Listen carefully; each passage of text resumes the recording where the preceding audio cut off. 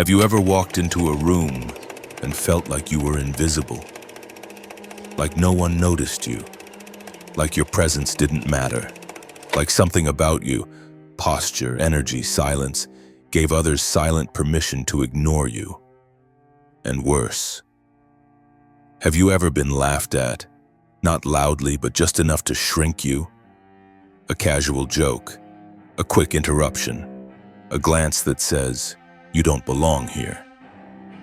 Tell me, have you ever walked away from a moment like that and thought, why do some people command respect without even trying while I have to fight for every ounce of it? Here's the brutal truth. Respect has nothing to do with being nice, nothing to do with being loud, and absolutely nothing to do with proving yourself. It has everything to do with what you radiate in the first 1 second. That's right, 1 second. Researchers at Princeton found that people form lasting impressions of your competence, character, and authority in less than 1/10 of a second. Not after you speak, not after they get to know you. No, before your first word, your posture, your eyes, your walk, the way you take space or shrink from it. That's when the judgment happens. And here's what no one tells you.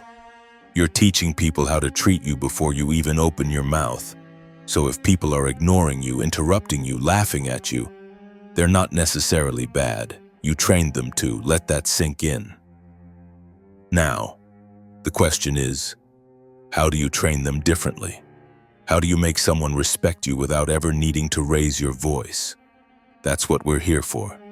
Because in this video, I'll walk you through 5 psychological strategies that flip the script. And I promise you, by the end, you won't just understand what creates real respect. You'll embody it. Let's start with the first second.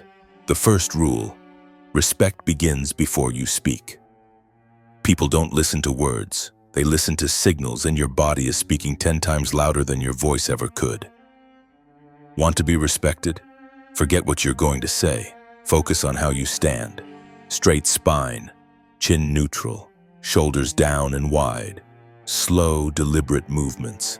No twitching, no fidgeting, no glance at the floor during a handshake. You think it doesn't matter? It matters more than anything.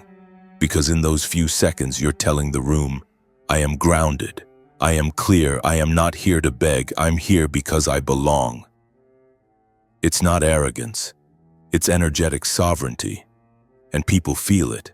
They may not know why, but they lean in, they listen more, they interrupt less, they test you less.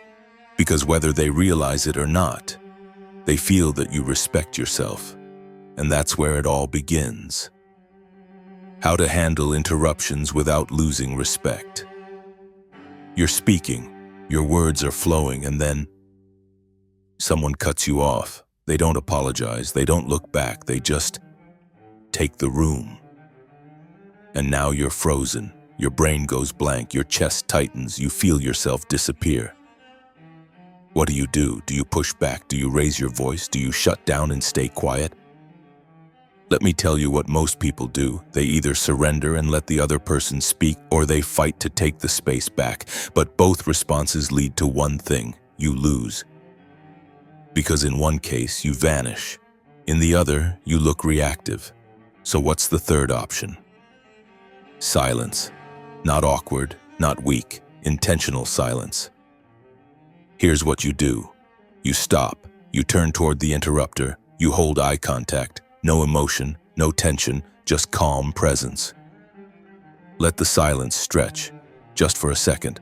Then say clearly and evenly, "Let me finish my thought, then I'd love to hear yours." Or, "One moment, I'll wrap up, then you're next."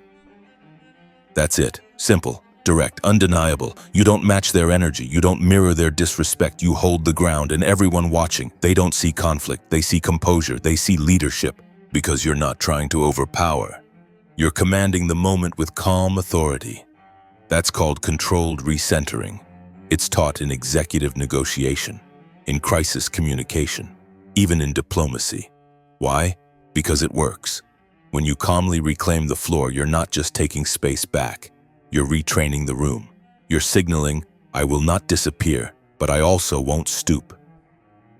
That's what respect is built on, not dominance, not volume, poise. And when the room feels that, they listen differently, they check themselves, they start to respect you not because you demanded it, but because you showed them how to treat you. How to diffuse humiliation disguised as humor. You're in a room, someone cracks a joke, but it's not funny. Not to you, because the joke was about you. It's subtle, a quick jab, maybe something about your appearance, your work, your past. Everyone laughs, you force a smile, but inside, you feel exposed, disrespected. And here's the worst part. If you get angry, you look thin-skinned. If you stay quiet, you look weak. That's the trap. Because social humiliation, especially through humor, is designed that way. It's a mask, a way to lower your value in the eyes of others without ever being called out directly. So what do? How do you take your power back without becoming the villain of the moment? You use this line. Could you repeat that, please? Pause. Let the silence breathe. Let the room feel it. Then watch what happens. Here's why this works. 1. You stay composed. You're not reactive. You're not wounded. You're calm, which flips the entire power dynamic. 2. You make them say it again, and here's the magic. What sounds funny once often sounds cruel the second time. Especially when the mood shifts, especially when everyone is now listening closer, and that's the point. 3. You reveal the game, because now it's not a joke, it's a choice they're making, in full view. And most people don't have the guts to say it again. So what happens? They fumble, they brush it off, they say, "Never mind." And suddenly, you're the one in control. You didn't fight. You didn't flinch. You simply brought the shadow into the light. And in doing so, you shattered the performance. That's how real confidence behaves. It doesn't yell. It doesn't retaliate. It exposes.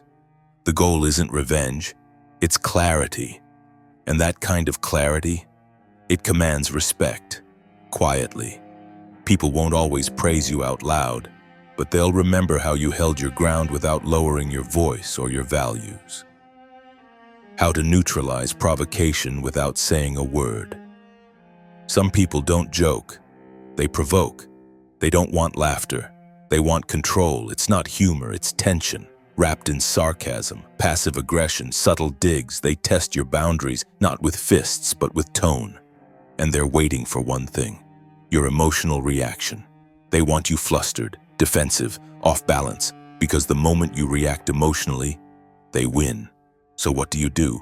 You interrupt the game, not by fighting it, not by explaining, not by walking away, but by breaking the script. It's called pattern interrupt. Here's how it works. When someone hits you with a jab, not physical but psychological, don't respond in kind. Instead, respond with something so neutral, so unrelated to the moment that it throws the entire dynamic into confusion. Say something like, "Hey, do you know any good coffee spots around here?" Or, "Weird weather today, right?" Or even, "I forgot to water my plants this morning." It sounds strange, and that's the point. Because provocation is a script, it's a setup, and when you respond outside that script, you take away their power.